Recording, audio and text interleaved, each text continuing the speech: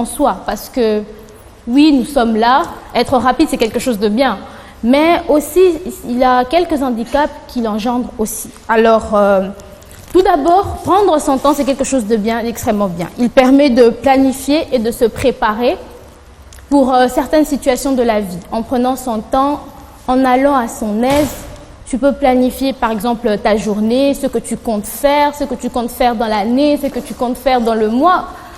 Peut-être dans quelques années, si on peut aller au-delà de ça. Donc, prendre son temps pour planifier certaines choses, prendre son temps pour se poser et réfléchir sur ce qu'on veut vraiment prévoir dans la vie. Aussi, il aide à réfléchir avant de prendre certaines décisions, ce qui vient faire écho à la planification, parce qu'en étant posé pour planifier, vous pouvez réfléchir correctement à ce que vous voulez vraiment faire, si ce que vous voulez faire est correct, si ce que vous voulez faire est normal ou pas, parce que peut-être selon votre conception c'est quelque chose de normal, pour d'autres non. Donc se mettre en harmonie avec les conceptions de chacun, donc pour mieux réfléchir. Aussi, il permet d'être à son aise avec l'inconnu, parce que comme nous sommes là, on ne sait pas ce qui peut nous arriver dans la journée, on ne sait pas ce qui peut nous arriver dans l'avenir, on ne sait pas ce qui peut nous arriver dans le mois. Donc, il permet d'être à son aise avec l'inconnu, parce que l'inconnu, on ne sait pas où ça nous trouve. Ça peut être un nouveau dossier dont tu n'as jamais traité dans ta vie, un nouveau cours ou quelque chose comme ça, où tu découvres, tu arrives dans un milieu où tu ne connais personne. Donc, ça permet d'être un peu plus à son aise, parce qu'en prenant son temps, la rapidité, en étant rapide, vous risquez peut-être de paniquer ou faire beaucoup d'autres choses qui ne seront pas forcément correctes, vous allez le faire de manière vague.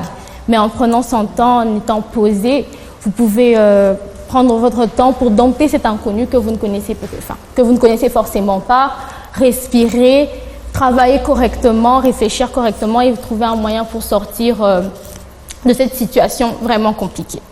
Aussi, ça permet d'avoir une vue d'ensemble. Prendre son temps, prendre son aise vous permet de voir toutes les possibilités qu'il y a. Pas seulement vous focaliser sur ce qui est forcément devant vous, parce que les possibilités sont multiples. Vous pouvez voir des solutions là où vous n'en aviez pas vu avant, en vous posant, en réfléchissant et en voyant tous les angles qu'il puisse y avoir. Parce que réfléchir, se poser, c'est quelque chose de primordial.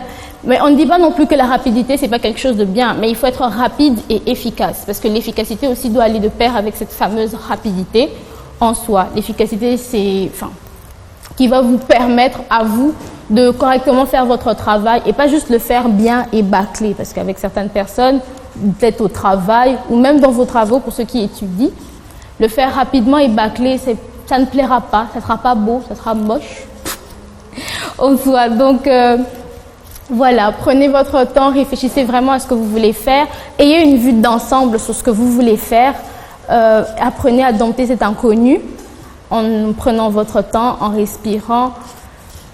Faites à votre aise en fait, en soi. C'est vraiment, vraiment, vraiment ça.